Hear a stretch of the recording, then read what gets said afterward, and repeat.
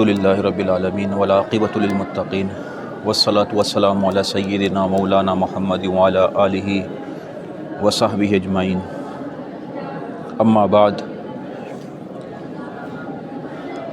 شروع میں ہم نے ایک حدیث پڑھی تھی کہ اسلام کی بنیاد 5 چیزوں پر ہے، جس میں سے پہلا توحید اور رسالت کی گواہی ہے، اس سے متعلق بھی بات ہو گئی ہے، اور دوسرا جو رکن تھا وہ نماز سے متعلق ہے، اس پہ بھی اس کے احکامات ہیں، اس کے فضائل ہیں، اس کے کچھ مسائل تھے، وہ بھی ہم نے کل اس کو ذکر کر لیا ہے۔ اور تیسرا جو رکن ہے وہ زکوٰۃ ہے۔ تیسرا جو عمود ہے، ستون ہے اسلام کا، وہ ہے زکوٰۃ۔ تو اس کو بھی سمجھنا ضروری ہے کہ زکوٰۃ آخر ہے کیا، اس کے کیا مسائل ہیں۔ اگرچہ ہم پر زکوٰۃ نہ بھی ہو، لیکن یہ کہ اس کے مسائل تو سمجھنا ضروری ہے زکوٰۃ کے، اور کس کے لیے زکوٰۃ لینا جائز ہے، کس کے لیے زکوٰۃ لینا ناجائز ہے۔ یہ ساری چیزیں وہ ہیں کہ جو سمجھنے کی ضرورت ہے، جس کو جاننا ہر مسلمان کی ذمہ داری ہے، اور اسی لیے اور ہے بھی یہ اسلام کا رکن، بنیادی رکن ہے۔ اسلام کی عمارت انہی 5 چیزوں پر قائم ہے، تو زکوٰۃ کو بھی سمجھنا ضروری ہے۔ تو سب سے پہلے تو یہ ہے کہ زکوٰۃ امیروں پر واجب ہوتی ہے۔ اللہ تعالیٰ نے مالداروں پر اس کو فرض کیا ہے، غریبوں پر، مسکینوں پر، فقیر پر، جس کے پاس پیسہ نہیں ہے، جس کے پاس مال نہیں ہے، تو اس پر اللہ تعالیٰ نے یہ فریضہ عائد نہیں کیا، فرض نہیں کیا ہے۔ کوئی اپنی طرف سے صدقہ خیرات کرے، کسی کو دے، تو اللہ تعالیٰ انسان کے نیک عمل کی قدر کرنے والا ہے، اور وہ اس چھوٹے سے بھی صدقے کو اگر ایک انسان 1 روپیہ کا بھی صدقہ کرے، 2 روپیہ کا بھی کرے، 10 روپے کا بھی کرے، حالانکہ خود فقیر ہے، تو اللہ تعالیٰ اس کی قدردانی کرتے ہیں اور اس کو بڑا چڑھا کر، واللہ یضاعف لمن یشاء، جتنا چاہتا ہے اللہ تعالیٰ اس کو بڑا چڑھا کر قیامت کے دن اس کا اجر عطا فرمائیں گے۔ لیکن جو چیز فرض ہے وہ زکوٰۃ ایک خاص مقدار پر فرض ہے اور خاص لوگوں پر فرض ہے، اور وہ ہیں امیر، امراء، کہ جن کے پاس خاص مقدار میں مال ہو، سونا چاندی ان کے پاس ہے، اور اس کی مقدار جو شریعت نے طے کی ہے، مثلاً 7.5 تولہ سونا اس کے پاس ہو، یا 52.5 تولہ چاندی اس کے پاس ہے، یا وہ تجارت کرتا ہے، اس کی دکان ہے جس میں وہ چیزیں فروخت کر رہا ہے، یا ایسے ہی جو ہے وہ بعض لوگ جانور پالتے ہیں اور چراگاہیں ہوتی ہیں بڑے بڑے کیا کہتے ہیں پہاڑوں پر، مفت کی چراگاہیں ہوتی ہیں، وہاں پر ان کے کسی کے 100 اونٹ ہیں، کسی کی 100-200 بکریاں ہیں، کسی کے پاس گائیں ہیں، اور وہ پہاڑوں پر جو مفت کا اللہ تعالیٰ کی طرف سے پیدا کردہ گھاس ہوتی ہے وہ اس کو چرتے ہیں، انسان کو اپنی طرف سے کچھ پیسہ لگانا نہیں پڑتا ہے۔ تو ایسے اموال کے اوپر اللہ تعالیٰ نے زکوٰۃ فرض کی ہے، یعنی اس کے پاس نہ سونا ہے، نہ چاندی، نہ مال ہے، لیکن اس کے پاس یہ گائیں، بھینسیں اور اونٹ بڑی مقدار کے اندر موجود ہیں، اور جو مباح چراگاہیں ہوتی ہیں وہاں پر وہ یہ سب چرتے ہیں، تو اس کے اوپر اللہ تعالیٰ نے زکوٰۃ فرض کی ہے۔ ایسے ہی ہمارے یہاں لوگوں کے پاس بڑی بڑی زمینیں ہوتی ہیں، لوگ اس کے اوپر کھیتی باڑی کر رہے ہوتے ہیں، تو کھیتی باڑی کر رہے ہیں، اس کے اوپر جو فصل آ رہی ہے اس میں اللہ تعالیٰ نے زکوٰۃ فرض کی ہے۔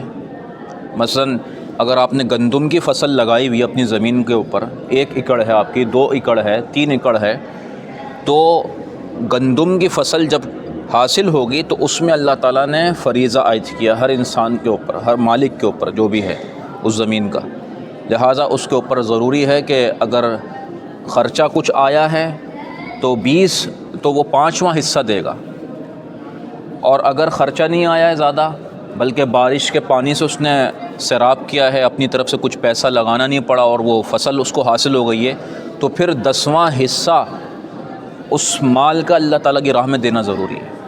بہت سارے لوگ ہیں ان کے پاس پیسہ نہیں ہوتا، نہ چاندی ہوتی ہے، لیکن زمین میں کھیتی باڑی کر رہے ہوتے ہیں، مختلف فصلیں لگا رہے ہوتے ہیں، لیکن کچھ بھی اللہ کے راستے میں نہیں نکالتے، حالانکہ ان کے اوپر ضروری تھا کہ وہ عشر نکالتے۔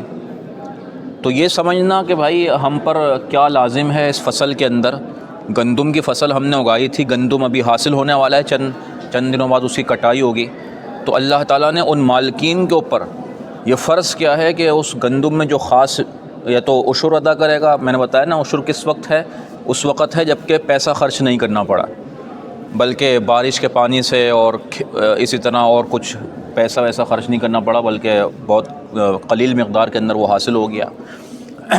لیکن اگر پیسہ خرچ کرنا پڑا، ٹیوب ویل لگایا تھا اور اس کی وجہ سے پیسہ جو ہے وہ پانی خریدنا پڑا اور بارش نہیں ہوتی جیسے بعض علاقوں کے اندر، تو پھر ایسے زمینوں کے اوپر جو ہے وہ نصف عشر یعنی پانچواں جو حصہ ہے وہ لازم، یعنی 20واں حصہ اس کے اوپر لازم ہوتا ہے. 5واں نہیں، 20واں حصہ لازم ہوتا ہے، تو جس کو نصف عشر کہا جاتا ہے.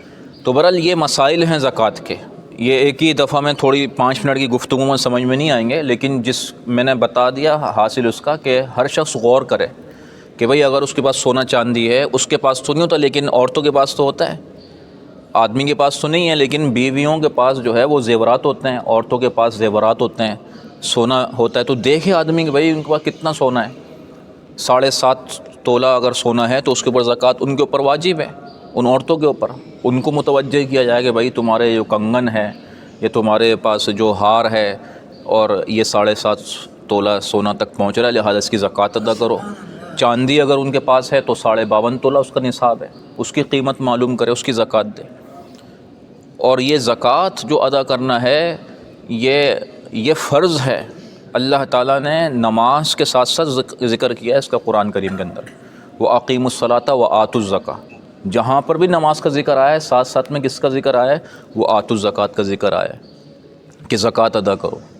اور جو لوگ زکوٰۃ ادا نہیں کرتے ان کے بارے میں سخت وعید اللہ تعالیٰ نے ذکر کی ہے.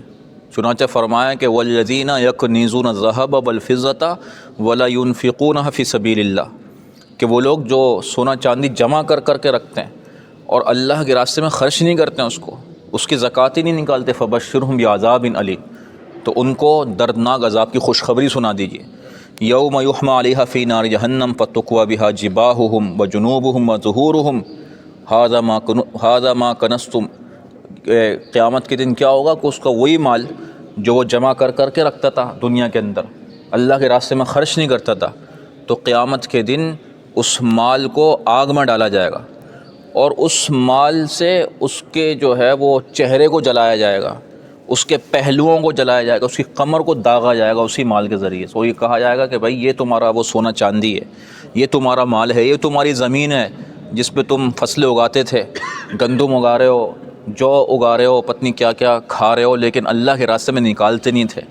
تو اس لیے جو ہے وہ اس کے اوپر سخت وعید اللہ تعالیٰ نے اس کے نبی کریم صلی اللہ علیہ وسلم نے جو ہے وہ ذکر کی ہے. اور جو اللہ کے راستے میں خرچ کرتے ہیں تو ان کو اللہ تعالیٰ نے ان کا انعام بھی ذکر کیا کہ اگر 1 روپیہ بھی خرچ کر رہے ہو تو ہو سکتا ہے اللہ تعالیٰ 700 گنا تک اس کو بڑھا دے. چنانچہ اس کی مثال دی کہ مثل الذین ينفقون فی سبیل اللہ کمثل حبہ، کہ جو لوگ اللہ کے راستے میں خرچ کرتے ہیں ان کی مثال وہ اس دانے کی ہے. گندم کا دانہ ہے نا، تو اس میں جو آپ نے دیکھا ہوگا کونپل نکلتی ہے، تو ایک کونپل میں کتنے وہ ہوتے ہیں، دانے ہوتے ہیں. تو اللہ تعالیٰ فرماتے ہیں فی کل حبۃ مئۃ حبہ، کہ اس ہر کونپل کے اندر بعض دفعہ 100 دانے بھی ہو جاتے ہیں. فی کل سنبلۃ مئۃ حبہ، یعنی ہر کونپل کے اندر 100 دانے نکل سکتے ہیں. کہ کمثل جو ہے وہ اللہ تعالیٰ نے مثال دی کہ یہ گندم کے دانوں کی طرح ہے جو اللہ کے راستے میں خرچ کر رہا ہے. تو جس طریقے سے گندم کے اتنے زیادہ ایک کونپل کے اندر دانے ہوتے ہیں، تو 1 روپیہ کرنے پر اللہ تعالیٰ جو ہے وہ 700 گنا تک انسان کے ثواب کو بڑھا دیتے ہیں. تو یہ اس کو انعام مل رہا ہے.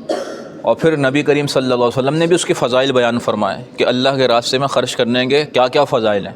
چنانچہ قیامت کے دن اتنی گرمی ہوگی شدید کہ انسان جو ہے وہ اس گرمی کی وجہ سے انتہائی پریشان ہوگا اور یہ خواہش کر رہا ہوگا کہ کسی طریقے سے ہم اس عذاب سے تو نکلیں، اس گرمی کے عذاب سے. لیکن اللہ تعالیٰ نے وہاں پر بھی کچھ بندوں کے لیے سایہ کا انتظام کیا ہوگا. ان میں یہ آدمی بھی ہوگا جو اللہ کے راستے میں خرچ کرتا تھا، جو زکوٰۃ دیا کرتا تھا اور اللہ کے راستے میں اپنے مال کو خرچ کیا کرتا تھا، تو وہ اس سائے کے اندر ہوگا، اپنے صدقے کے سائے کے اندر، اس گرمی کے اندر. تو یہ اللہ تعالیٰ نے جو ہے اس کو انعام عطا فرمائیں گے. اور اسی طریقے سے نبی کریم صلی اللہ علیہ وسلم سے ایک صحابی نے عرض کیا کہ اللہ کے رسول مجھے کوئی ایسا عمل بتا دیجئے کہ میں جنت میں داخل ہو جاؤں. تو اللہ کے نبی صلی اللہ علیہ وسلم فرمایا کہ بھائی سب سے پہلا کام تو یہ کر لو کہ اللہ کی عبادت کرو، اس کے ساتھ کسی کو شریک نہ ٹھہراؤ، دوسرا نماز ادا کرو، تیسرا زکوٰۃ دو۔ تو زکوٰۃ ادا کرنا یہ وہ عمل ہے کہ جس کے ذریعے سے اللہ رب العزت انسان کو جنت میں داخل عطا فرماتے ہیں۔ اور آپ دیکھیں کہ اس زکوٰۃ کے کتنے سارے جو ہے وہ فوائد ہیں۔ اب ہمارا یہ ادارہ ہے کس پہ چل رہا ہے؟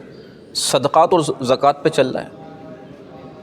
بھائی لوگ صدقات دے رہے ہیں، زکوٰۃ دے رہے ہیں اللہ کے دین کے نام پر، اس کی دین کی نشر و اشاعت کے نام پر، تو یہ سارا اتنا بڑا ادارہ چل رہا ہے۔ کتنے ایکڑوں پر یہ ادارہ مشتمل ہے، مسجد کے اوپر کتنا لاکھوں کروڑوں روپیہ لگا، عمارتوں کے اوپر کتنا کروڑوں روپیہ لگا، زمین کی خریداری پہ کتنا کروڑوں روپیہ لگا۔ تو اب ظاہر سی بات ہے کہ یہ مال تو حکومت نے نہیں دیا، یہ تو وہی عام لوگوں نے دیا ہے۔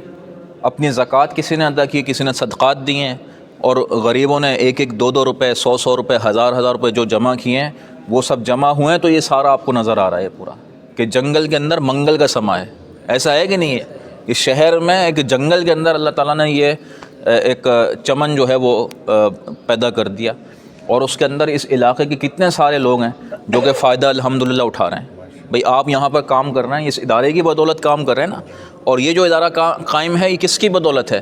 زکوٰۃ کی، صدقات اور خیرات کی۔ تو اس لیے دین کے جتنے بھی کام ہو رہے ہیں، چاہے وہ جہاد ہو رہا ہو، چاہے وہ تبلیغ ہو رہی ہو، چاہے وہ قرآن و سنت کی اشاعت کا کام ہو رہا ہو، اس کے پیچھے آپ کو یہ زکوٰۃ اور صدقات اور خیرات نظر آئیں گے۔ اسی طریقے سے غریبوں کی جو ضروریات پوری ہو رہی ہیں، ان کی جو بنیادی ضرورت ہے وہ کھانا پینا انسان کی سب سے بڑی ضرورت ہے کہ بھئی ظاہر سی بات ہے کہ گھر بھی ہو انسان کا، سب کچھ ہو، لیکن کھانا پینا نہیں ہے تو کیا فائدہ؟ تو جو بنیادی ضرورت ہے کھانے پینے کی، راشن کی صورت میں، دوسری چیزوں میں، تو وہ بھی ان صدقات اور خیرات کی وجہ سے ہی پوری ہو رہی ہے۔ تو یہ دنیاوی اس کا فائدہ ہے۔ تو اس لیے یہ جو زکوٰۃ اور خیرات ہے یہ ایک بہت اہم فریضہ ہے، اور اس کو انسان کو اس کے مسائل سمجھنے کی بھی ضرورت ہے۔ لیکن جیسے میں نے عرض کیا کہ یہ جو زکوٰۃ ہے وہ امیروں پر لازم ہوتی ہے۔ اب کوئی فقیر یہ نہ کہے کہ بھائی ہمارا کیا زکوٰۃ سے لینا دینا، کہ ہم تو ہیں ہی صدا کے فقیر، اور ہم تو کھاتے ہی مطلب زکوٰۃ ہیں، ہم پہ تو زکوٰۃ واجب ہی نہیں ہوتی ہے۔ تو بھائی فقیروں کے بھی کچھ احکام ہیں، ایسا نہیں ہے کہ شریعت جو ہے وہ صرف کس کے لیے آئی ہے؟ امیروں کے لیے ہی آئی ہے بس، کہ بس جو امیر ہیں انہی سے متعلق جو ہے شریعت آئی۔ فقیروں کے اوپر بھی کچھ ذمہ داریاں ہیں کہ جس کے پاس مال نہیں ہے تو وہ سب سے پہلے تو یہ دیکھیں کہ میرے لیے زکوٰۃ لینا جائز بھی ہے کہ نہیں ہے۔ اب زکوٰۃ جو دی جاتی ہے وہ کس کو دی جاتی ہے؟ وہ اس کو دی جاتی ہے جو کہ شرعاً فقیر ہو۔ ہم نے تو فقیر کس کو سمجھا ہوا ہے؟ ہم نے فقیر اس کو سمجھا ہوا ہے کہ جو مسجد کے باہر لوگوں سے مانگ رہا ہوتا ہے ایک ایک دو دو روپے، یا سڑکوں پہ جو ہے وہ لوگوں سے بھیک مانگ رہا، اس کو ہم نے فقیر سمجھا ہوا ہے۔ حالانکہ فقیر جو ہے وہ ہو سکتا ہے ہو، بعض دفعہ تو اس کے بھی بینک بیلنس ہوتے ہیں، وہ بینک بیلنس ہوتے ہیں ان لوگوں کے، کروڑوں روپیہ ہوتا ہے ان کے پاس، تو شرعاً دیکھا جائے تو فقیر نہیں ہوتے۔ شرعاً فقیر جو ہوتا ہے وہ ہوتا ہے کہ جس کے پاس نصاب کے بقدر مال نہیں ہے۔ مثال کے طور پر 52.5 تولہ چاندی ہے نا، اگر کسی کے پاس اتنی مقدار میں مال موجود نہیں ہے، تجارت کا مال نہیں ہے، نہ چاندی کا مال ہے، نہ نقد رقم ہے، تو وہ شرعاً فقیر ہے، اس کے لیے زکوٰۃ لینا جائز ہے۔ مثلا کسی آدمی کی تنخواہ 50,000 روپے ہے، صحیح ہے، تو 50,000 میں اس کا گزارا ہو جاتا ہے اور اس کے اخراجات وغیرہ جو ہے وہ پورے ہو جاتے ہیں، لیکن شرعاً وہ فقیر ہے۔ کیوں؟ اس لیے کہ 50,000 کی جو مقدار ہے وہ 52.5 تولہ چاندی کے رقم کے برابر نہیں ہے۔ 52.5 تولہ چاندی کی رقم زیادہ ہے اور 50,000 اس سے کم ہے، لہٰذا اگر کسی کے پاس اتنی رقم ہے تب بھی وہ کیا ہے؟ شرعاً وہ فقیر ہے، وہ زکوٰۃ لے سکتا ہے۔ لیکن دوسری شرط یہ ہے کہ وہ سید نہ ہو۔ بہت سارے لوگ سید ہوتے ہیں، آپ صلی اللہ علیہ وسلم کے خاندان سے ان کا تعلق ہوتا ہے، تو سیدوں کو زکوٰۃ لینا جائز نہیں ہے۔ اگر کوئی سادات میں سے ہے آپ صلی اللہ علیہ وسلم کے خاندان سے، تو یہ تو اس کو اللہ تعالیٰ نے اتنا بڑا مقام عطا کیا کہ وہ آپ صلی اللہ علیہ وسلم کی نسل سے اس کا تعلق ہے، ان کی اولاد سے اس کا تعلق ہے، تو اس لیے آپ صلی اللہ علیہ وسلم کی کرامت اور ان کی تعظیم اللہ تعالیٰ نے اس طرح رکھی کہ ان کی اولاد پر بھی صدقے کو حرام قرار دے دیا، اور لوگوں کو یہ کہا کہ بھائی ان کی جو مدد کرو وہ نفلی صدقات کے ذریعے سے کرو، ہدیہ دے دو یا ایسے ہی ان کی مالی مدد کر دو، لیکن صدقہ خیرات سیدوں کے لیے جائز نہیں ہے۔ تو اس لیے آدمی جب زکوٰۃ لے رہا ہو تو اس کو چاہیے کہ دیکھے بھائی اس کا تعلق سیدوں سے تو نہیں ہے، ایسا نہ ہو کہ وہ سادات سے ہے اور وہ زکوٰۃ کی لائن میں لگا ہوا ہے جہاں پہ زکوٰۃ لی آ رہی ہے۔ سمجھ میں آ رہی ہے بات یہ؟ تو اس لیے زکوٰۃ کے مسائل بھی سمجھنا ہمارے لیے ضروری ہے۔ اور بعض دفعہ ایسا ہوتا ہے کہ انسان کے پاس اس قدر مال ہوتا ہے کہ اس کی ضروریات کے لیے کافی ہے، بیوی بچوں کے ضروریات کے لیے کافی ہے، اپنے لیے کافی ہے، تو ایک مسئلہ یہ ہے کہ مانگنا لوگوں سے، لوگوں کے سامنے ہاتھ پھیلانا، تو شریعت نے اس کو پسند نہیں کیا۔ شریعت اس چیز کو پسند نہیں کرتی کہ لوگوں کے سامنے جو ہے وہ انسان کیا کرے، ہاتھ پھیلائے۔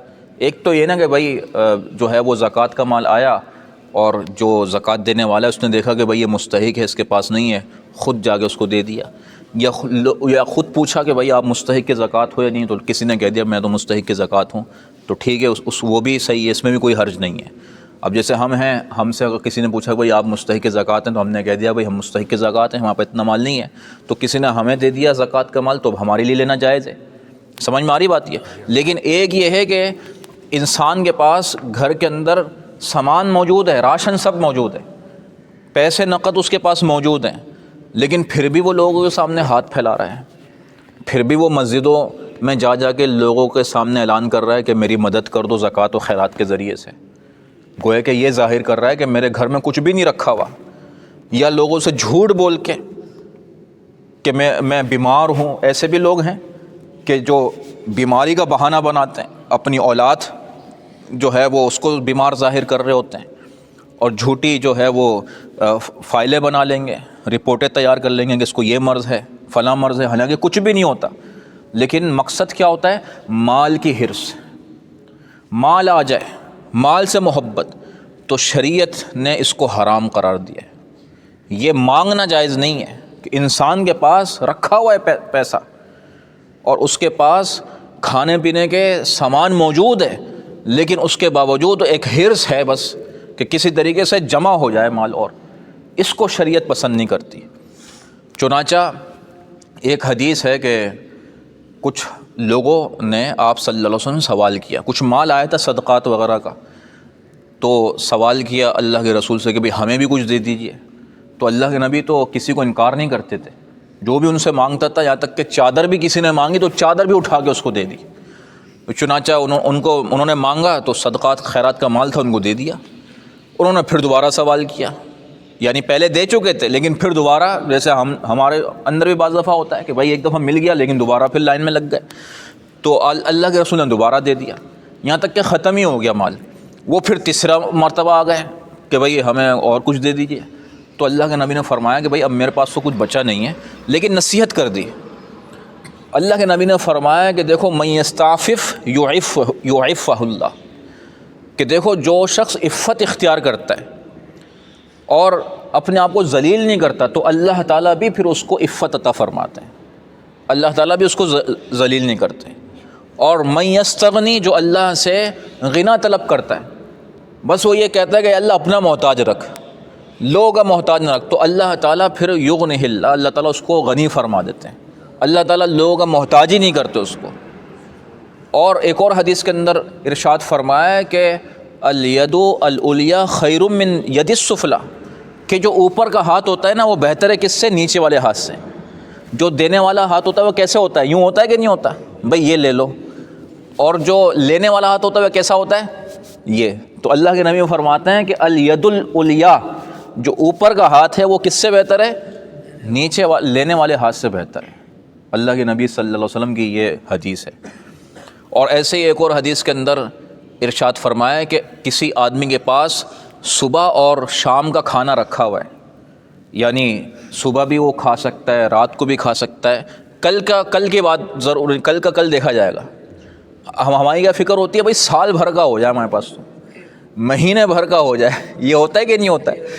تو اللہ کے نبی نے فرمایا کہ بھائی جس کسی کے پاس صبح شام کا موجود ہے لیکن وہ پھر بھی لوگوں سے سوال کر رہا ہے کہ بھئی اور آ جائے، تو اللہ کے نبی نے فرمایا انما یستکثر من النار، وہ آگ کو طلب کر رہا ہے، جہنم کی آگ کو گویا کہ طلب کر رہا ہے۔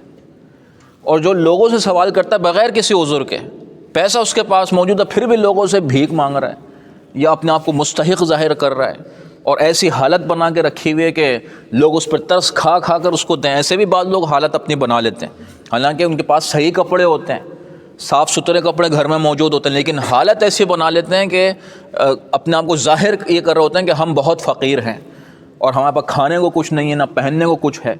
تو اللہ کے نبی نے فرمایا کہ یعنی یہ حالت بھی ناپسندیدہ ہے، کہ اس حالت کو بھی اللہ کے نبی نے ناپسند کیا، اور فرمایا ایک حدیث کے اندر کہ جو لوگ لوگوں سے سوال کرتے ہیں وہ قیامت کے دن اس طور پر آئیں گے کہ ان کے چہروں پر گوشت ہی نہیں ہوگا۔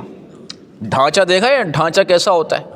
گوشت ہوتا ہی نہیں ہے، بالکل ایک ہڈی نما ایک ڈھانچہ ہوتا ہے وہ تو قیامت کے دن اس کا چہرہ ایسا ہوگا کہ گوشت اڑ چکا ہوگا۔ کیوں؟ لوگوں سے سوال بغیر حضور کے کیا گیا۔ ایک تو یہ کہ بھائی کسی کو ضرورت پیش آ گئی تو سب سے پہلے تو جو شریعت کا حکم ہے بھائی اللہ سے مانگے، 2 رکعت نماز پڑھے، جو شریعت کا طریقہ ہے جو ہے وہ صلاۃ الحاجت کے نام سے اللہ سے دعا کرے کہ میری یہ ضرورت پیش آ گئی ہے، انشاءاللہ اللہ تعالیٰ، اور جو کچھ اللہ تعالیٰ نے اس کو دیے ہیں وسائل اس کو استعمال کرے۔ پھر بھی اگر کوئی ایسا آ جائے تو پھر انسان نیک لوگوں سے قرضہ وغیرہ مانگ لے یا کچھ سوال ان سے کر لے، لیکن جب تک ایسی کوئی ضرورت نہ ہو اور بغیر کسی ضرورت کے لوگوں سے مانگنا، ان کے سامنے ہاتھ پھیلانا، تو یہ ناپسندیدہ عمل ہے، اور یہ جیسے میں نے عرض کیا کہ یہ ناجائز بھی ہے۔ اس لیے اس مہینے میں خاص طور پر آپ نے دیکھا ہوگا کہ لوگوں کی بھرمار ہے، دوسرے شہروں سے پورا سفر کر کر کے کراچی شہر میں لوگ آتے ہیں، اور باقاعدہ جو ہے وہ کوئی پنجاب سے آ رہا ہے، کوئی جو ہے وہ سندھ سے آ رہا ہے، کوئی جو ہے وہ بلوچستان سے، کہاں کہاں سے لوگ سفر کر کے آ رہے ہوتے ہیں۔ کس لیے آ رہے ہوتے ہیں؟ پیسے کے لیے آ رہے ہوتے ہیں، بھیک مانگنے کے لیے آ رہے ہوتے ہیں، اور پھر وہ کمائی کر کے چلے جاتے ہیں۔ تو بھائی یہ کیا شریعت کا ہی مزاج ہے کہ لوگوں کو بھیک منگا بنانا ہے؟ شریعت نے تو یہ کہا ہے کہ الید العلیٰ خیر من ید السفلی، شریعت تو یہ کہہ رہی ہے کہ دینے والا ہاتھ یہ بہتر ہے کس سے؟ لینے والے ہاتھ سے۔ تو دونوں طرف شریعت نے احکام بیان کر دیے۔ ایک تو یہ کہ امیروں کو حکم دے دیا کہ بھائی تم اپنی زکوٰۃ نکالنی ہے، اور غریبوں کا خود خیال کرنا ہے، خود جاؤ تحقیق کرو کون فقیر ہے، کون ضرورت مند ہے، اور جا کر ان کی ضروریات کو عزت کے طریقے سے پوری کرو۔ یہ ذلیل کر کے کسی کو پیسہ نہیں دو، یا اس کے اوپر احسان جتلا کر، ولا تب جو ہے وہ قرآن کریم کے اندر بلکہ آیا ہے کہ اور ان لوگوں کی تعریف کی ہے کہ جو اللہ کے راستے میں خرچ کرتے ہیں اور احسان نہیں جتلاتے، کہ اور اپنے اعمال کو من کے ذریعے سے احسان جتلا کر ضائع نہیں کرتے، بلکہ عزت کے ساتھ اور تکریم کے ساتھ دوسرے کی مدد کر دیتے ہیں، ان فقیروں کو جو ہے ان کی ضرورت کو پورا کر دیتے ہیں۔ تو امیروں کو یہ حکم دیا، لیکن دوسری طرف غریبوں کو بھی تنبیہ کر دی کہ بھائی ایسا نہ ہو کہ تم جو ہے وہ مال جمع کرنے کی چکر میں ہی پڑ جاؤ اور بس اپنا یہی دھندا بنا لو کہ لوگوں سے بس سوال کرنا ہے ساری زندگی بس لینا ہی ہے، اپنا ہاتھ نیچے ہی رکھنا ہے، اوپر کبھی ہاتھ رکھنا ہی نہیں ہے۔ تو اس لیے یہ شریعت کا مزاج نہیں ہے، بلکہ اپنا مزاج کیا بنانا چاہیے؟ بھائی میرے 20,000 روپے تنخواہ ہے، تو کیا میں 10 روپے بھی خرچ نہیں کر سکتا مہینے کے اندر؟ بھائی 10 روپے خرچ کر سکتا ہوں؟ نہیں کر سکتا؟ 100 روپے بھی خرچ کر سکتا ہوں؟ بیماری آ جاتی ہے تو ڈاکٹروں کے پاس چلے جاتے ہیں، 600 روپے فیس دے کے آ جاتے ہیں، اور جو ہے وہ کوئی ضرورت پیش آ گئی تو اس کے اندر جو ہے وہ بیماری کے اندر نکل گیا، کسی اور گٹکے کے اندر اس کے اندر 100 روپے کا گٹکا خرید لیا، اپنی دن کے اندر کتنے گٹکے کھا لیتے ہیں اور صحت خراب کر رہے ہیں، اپنی ساری صحت، اپنی ساری جوانی سب خراب کر رہے ہیں، نقصان کر رہے ہیں۔ تو کیا یہ میں ایک دن کا اگر گٹکا جو کھا لیتا ہوں اس میں پیسے لگا لیتا ہوں، ایک دن کا گٹکے کے پیسے میں اللہ کے راستے میں خرچ کر دوں، میں کسی کی مدد کر دوں، تو اس کے پھر انسان ثمرات دیکھے گا کہ اللہ کے راستے میں خرچ کرنے کے ثمرات کیا ہوتے ہیں۔ اس لیے اللہ تعالیٰ نے فرمایا کہ یمحق اللہ ربا ویربی الصدقات، کہ اللہ تعالیٰ ربا کو تو گھٹاتا ہے، سود کے ذریعے سے جو پیسہ کمانا چاہتا ہے اس کو تو اللہ تعالیٰ گھٹاتا ہے، لیکن یربی الصدقات، جو صدقات ہیں، خیرات ہیں، جو آدمی کرتا ہے اس کو اللہ تعالیٰ بڑھاتا ہے۔